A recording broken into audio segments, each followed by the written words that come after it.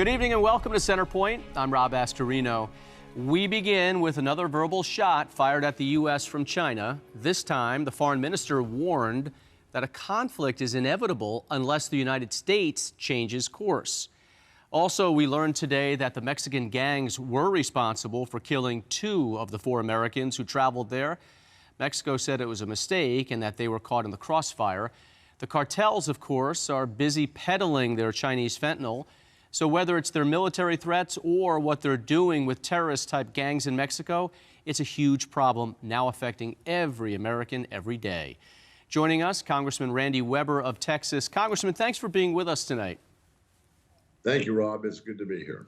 So the Chinese foreign minister said we're basically on a collision course with China. They increased and announced that their defense spending is up 7%. Now, to put that in perspective, we spend about $800 billion. They're about $260, so a lot more by us than them. But do you think that we are on a course of the inevitable with China, more than a Cold War?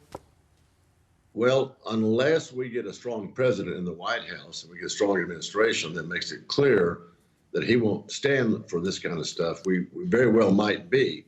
Now, I've been saying for a long time, Rob, you saw a new China Select Committee put into effect when Kevin McCarthy became the speaker.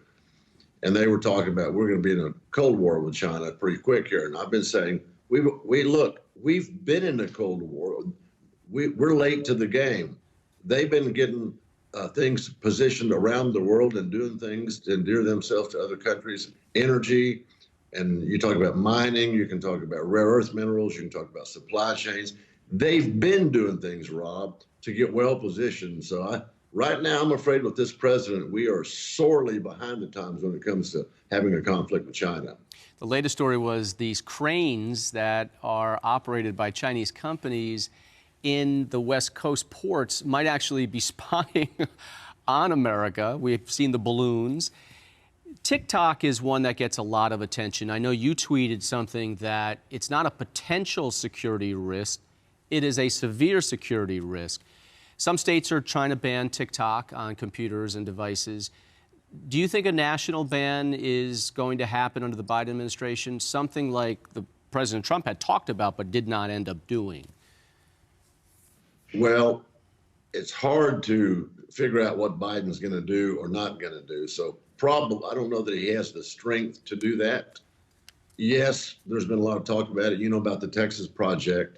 You know that TikTok claims that they'll be, all of their data will be protected because they deal with Oracle and the upcoming project.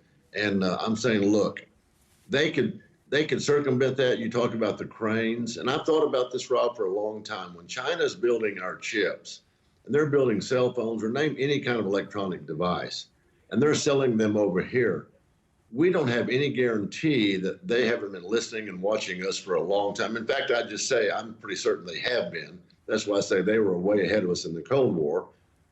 So I don't trust them. And I have a lot of constituents in my very conservative Gulf Coast district that says, look, we don't want them buying up Texas farmland. We don't want them buying up companies here. We don't trust them. They're not our friends.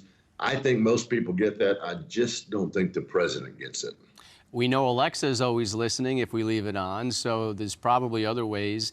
Is TikTok the shiny object, though, that everybody's focusing on, while there are many other things that we should be either concerned about or scared about? Well, that might have been true for a little bit there, but I think with the pandemic and with the supply chain crisis and what you're seeing actually going on over in Russia and Ukraine and now all the saber rattling with China about Taiwan, I think, anybody who's paying attention should know that TikTok is something that we need to take seriously and deal with. But China, there's a lot more stuff here that China's doing that we ought to be taking notice of. Above your left shoulder is a bust of Ronald Reagan. So I want to go back to the 80s. We had a war on drugs, just say no, Nancy Reagan's slogan.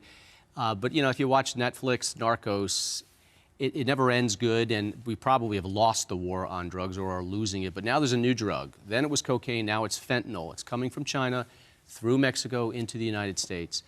This open border, what can and should be done about it? And Bill Barr, the former U.S. Attorney General, said that we need to treat the Mexican cartels like ISIS and send the military in. Do you agree with that? Well, that's an interesting question, because to go across another nation's sovereign border and to ferret out, if we're going to do that, Rob, here's the way it probably should be done. Number one, we should make it clear to Mexican government in no uncertain terms, we'll cut off their foreign aid. We will make it so hard on them if they don't get a handle on their cartel problem and their drug problem, which, as you already alluded to, comes from China. We're being invaded by China. They're using drugs.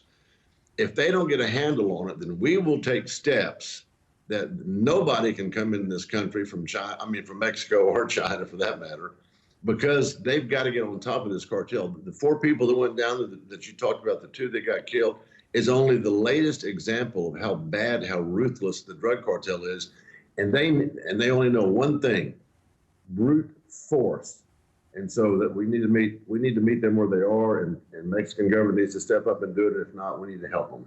And we all have agencies embedded in Mexico, the DEA, ATF, CIA. They're already in Mexico trying to cooperate with the Mexican authorities, but I don't see under any scoreboard that we're winning this war. No, we're not. And I was in the Texas legislature, vice chairman of the Borders Committee. And it was bad in 2009, 2012.